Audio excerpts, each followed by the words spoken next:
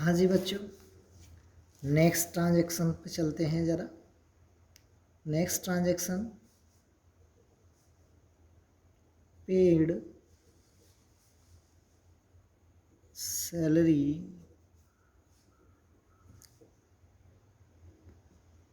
Rupees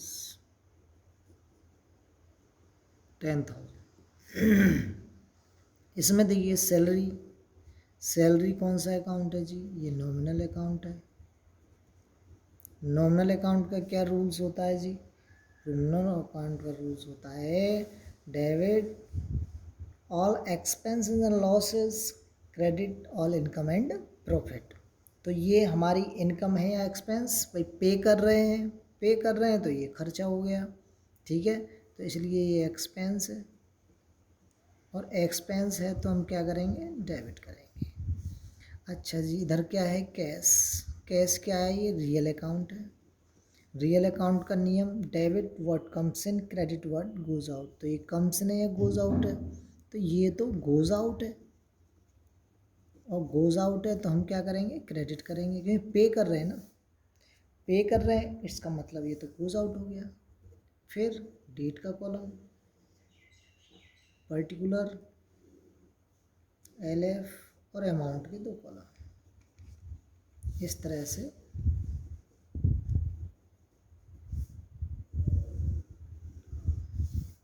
हाँ जी, debit वाला सबसे पहले लिखा जाएगा, ऊपर लिखा जाएगा, इसलिए salary account debit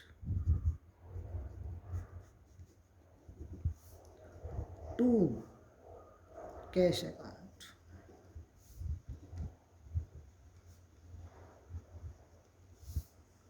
narration being paid salary. यहाँ डेट अपनी कोई भी इमेजिन कर लेंगे, जनवरी 7। इसके बाद नेक्स्ट चेंज आएगा, क्या आएगा? जैसे कि पेड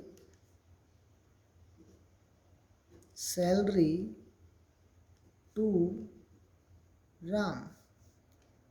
अब यहाँ पर्सन का नाम हो गया कि भाई सैलरी हम किसे पे कर रहे हैं? राम को कर रहे हैं, ठीक है।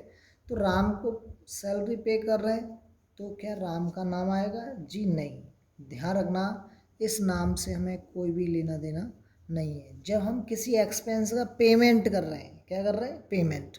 और पेमेंट हम किसी पर्सन को कर रहे हैं, किसी पर्सन को कर रहे हैं, तो उस पर्सन का नाम कभी भी नहीं आएगा, नेवर, ठीक है। तो हमारी कौन कौन से अकाउंट कंसीडर करेंगे यहाँ पर? एक तो सैलरी का करेंगे। सैलरी क्या है? हमारा नॉमिनल अकाउंट है। और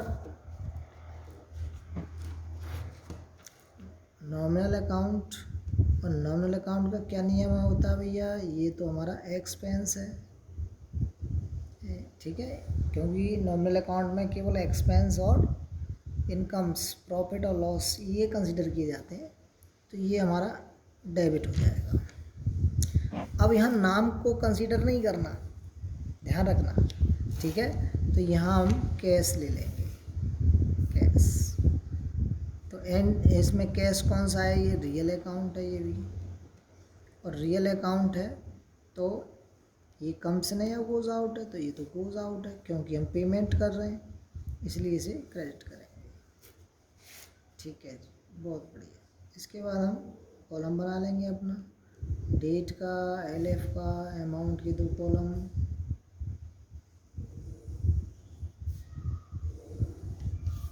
यहाँ डेट का कॉलम आ जाएगा, यहाँ पर्टिकुलर का आ जाएगा, यहाँ अमाउंट का आ जाएगा, ठीक है। डेट कंसीडर कर लेंगे यहाँ पर जनवरी 8, salary account debit to Ram नहीं आएगा, ध्यान रखना, क्या आएगा? Cash account. Narration being paid salary. अपना अमाउंट लिख देंगे जो भी होगा, ठीक है जी, इस तरह से। तो इसमें क्या हुआ भाई, कोई एक्सपेंस है और एक्सपेंस का पेमेंट कर रहे हैं हम, और उस पेमेंट जिस पर्सन को किया जा रहा है उस पर्सन का नाम दे रखा है। तो बेटे ध्यान रखना, उस पर्सन का नाम नहीं लिखा जाएगा। ऐसे हम कुछ इनकम्स की बात करें, जैसे रिसीव्ड रेंट रुपीज 10,000। रिसीव्ड माने प्राप्त हो गया, प्राप्त किया, तो प्राप्त किया यानी कि मिल गया, ठीक है। तो रेंट, अब रेंट तो नॉमिनल है। अब नॉमिनल अकाउंट का नियम क्या कहता है? नियम कहता है बेटे, debit all expenses and losses, credit all income and profit. तो ये हमारी इनकम हो गई। अब यहाँ पर क्या हो गई है? इनकम, क्योंकि रिसीव हो रहा है। क्या रिसीव हो रहा है? पैसा। किसके रूप में मिल रहा है? वो किसका पैसा है? रेंट का, किराया। तो किराया हमारी इनकम हो गई, ठीक है। तो किराया इनकम हो गई, तो क्रेडिट करेंगे। इसी प्रकार से कैश है, कैश ये रियल अकाउंट है। रियल अकाउंट, अब यहाँ ये कम सिन है, कम सिन, क्योंकि हमें रिसीव हो रहा है तो इसलिए हम डेबिट करेंगे, ठीक है। तो date particular LF amount.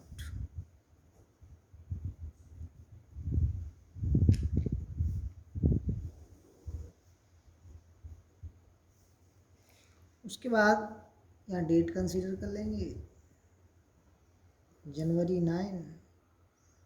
Entry हो जाएगी बेटा कैश अकाउंट डेबिट और टू रेंट अकाउंट, ठीक है जी। तो नरेशन हो जाएगा बीइंग रिसीव्ड रेंट।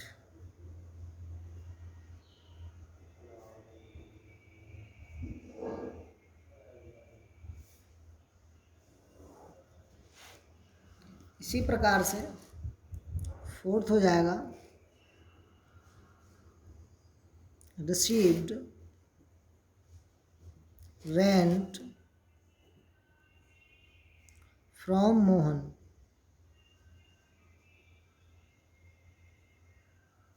मोहन से आपको हुआ। अब देखो यहाँ पर क्या हुआ, जैसे एक्सपेंस में हुआ था ना, पेड सैलरी टू राम, तो राम को इग्नोर कर दिया था। ऐसे ही इसमें होगा कि यदि आपको कहीं से कोई इनकम रिसीव हो रही है, रेंट है, कमीशन है ना, ये मिल रहा है, और जिस व्यक्ति से मिल रहा है उसका नाम दे रखा है, तो बेटे हम उसके नाम को इग्नोर कर देंगे। तो इसका मतलब यहाँ हमें मोहन से कोई भी लेना देना नहीं है, ठीक है। तो रेंट है, रेंट हमारा क्या है? ये नॉमिनल अकाउंट है, और ये नॉमिनल अकाउंट है तो ये इनकम है, इनकम है तो क्रेडिट करेंगे। इधर कैश है, कैश ये रियल अकाउंट है, और कमसन है या गोज आउट है, ये तो कमसन हो गया, और कमसन है तो डेबिट करेंगे। फिर वही कॉलम बनेंगे आपके, डेट का कॉलम बन जाएगा, पर्टिकुलर का कॉलम बन जाएगा, LF का, अमाउंट का, डेट कंसीडर कर लेंगे जनवरी 10। क्या एंट्री हुई? Cash account debit to rent. Narration हो जाएगा बीइंग रिसीव्ड रेंट। तो इस तरह से अमाउंट डेबिट वाला डेबिट में, क्रेडिट वाला क्रेडिट में, तो इस तरह से हो गया। अच्छा बच्चों, मैंने आपको बताया था परचेज अकाउंट जनरली डेबिट होता है, बट वो हमेशा डेबिट नहीं होता। कुछ कंडीशन ऐसी होती हैं जिनमें परचेज अकाउंट आपका क्रेडिट कर दिया जाता है, ठीक है। तो कुछ कंडीशन है, तो मैं लिख देता हूँ, conditions in which conditions in which purchase account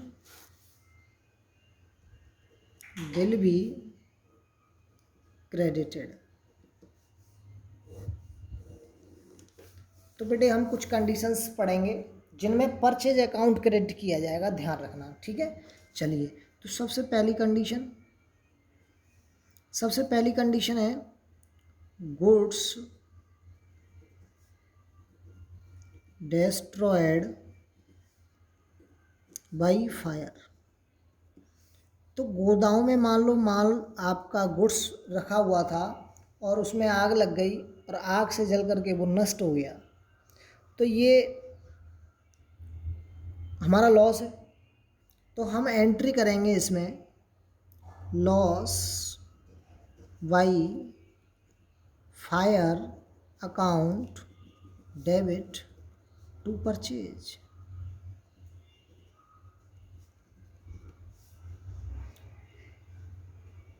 narration हो जाएगा being goods destroyed by fire. ऐसे ही बेटे दूसरी कंडीशन क्या होगी, गुड्स थेफ्ट बाई थीफ। चोर चुरा करके ले गए, फिर क्या एंट्री होगी, loss by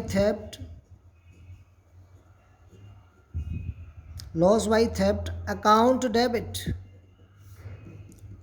two purchase account. Narration क्या हो जाएगा जी, नरेशन बेटे जो ये ट्रांजैक्शन है ना, ये इसका नरेशन हो जाएगा, ठीक है ना। चलिए, इसके बाद थर्ड ट्रांजैक्शन देखिए, third goods given as charity. Goods given as charity यानी कि आपने गुड्स दान में दे दिया, तो इसका मतलब ये भी आपका लॉस हो गया। चैरिटी माने होता है बेटे दान, तो एंट्री होगी charity account debit to purchase account. इसका जो नरेशन हो जाएगा वो क्या होगा, इसका जो ये ट्रांजैक्शन है ये इसका नरेशन हो जाएगा, ठीक है बच्चों। हाँ जी, इसके बाद नेक्स्ट ट्रांजैक्शन गुड्स डिस्ट्रीब्यूटेड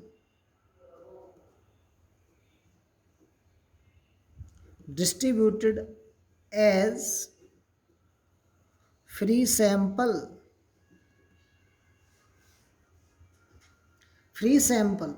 यानी कि जैसे कभी कभी आपके गांव में शहर में कुछ पर्सन आ जाते हैं, जैसे साबुन वगैरह लेकर के, शैम्पू वगैरह लेकर के, और आपको वो क्या करते हैं, यूज़ करने के लिए कहते हैं फ्री में यूज़ करके देखो जी, आप अच्छा लगे तो ले लेना, नहीं तो कोई बात नहीं है। तो goods distribute as a free sample के रूप में दे रहे हैं। जैसे आप कहीं कोई सफ़र करते हैं तो कभी कोई चूरन बेचता है, कोई को टॉफ़ियाँ बेचता है, तो वो खाने के लिए, चाखने के लिए आपको दे देता है फ्री में।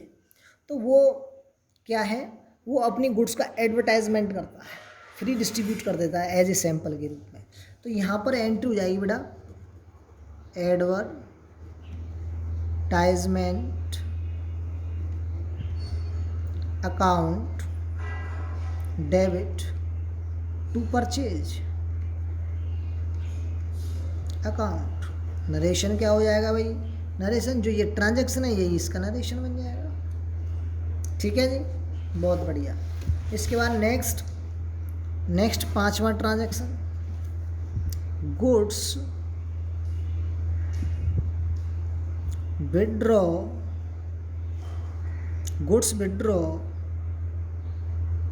For personal use by honour.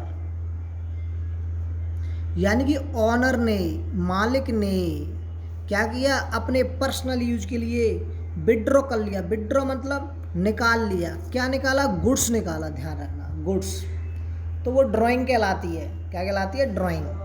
तो यहाँ पर हम एंट्री करेंगे drawing account debit, drawing account debit to purchase. Narration क्या हो जाएगा जी, इसका जो ये ट्रांजैक्शन है ये जाएगा being goods withdraw for personal use. ठीक है, चलिए नेक्स्ट 6 और goods used to make any assets.